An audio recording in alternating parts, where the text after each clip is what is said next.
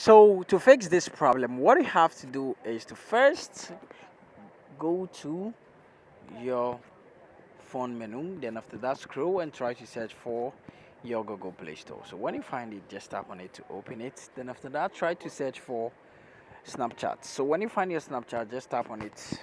Then after that, what you have to do is to update your Snapchat. So tap on the update over here. Then after that, after updating it, what you have to do is to go to your phone menu again and try to search for your settings.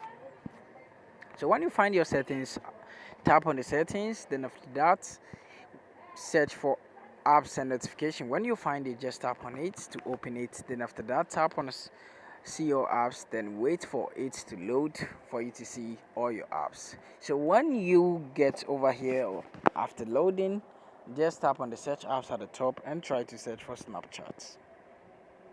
So when you find it, just tap on it to open it, then tap on the force stop, then tap on OK, tap on the storage and cache, tap on the clear cache, go back and tap on notifications. Make sure the show notification is staggered on. Go back and tap on mobile data and Wi-Fi, then make sure the background data is staggered on. After that, go back, then you tap on permissions. Make sure every permission is allowed. As you can see over here, mine is allowed. Go back and tap on your power button for some while to restart your device.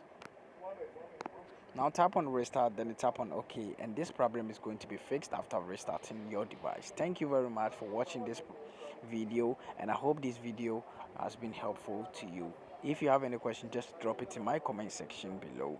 Thank you. Subscribe, like, and also share this video.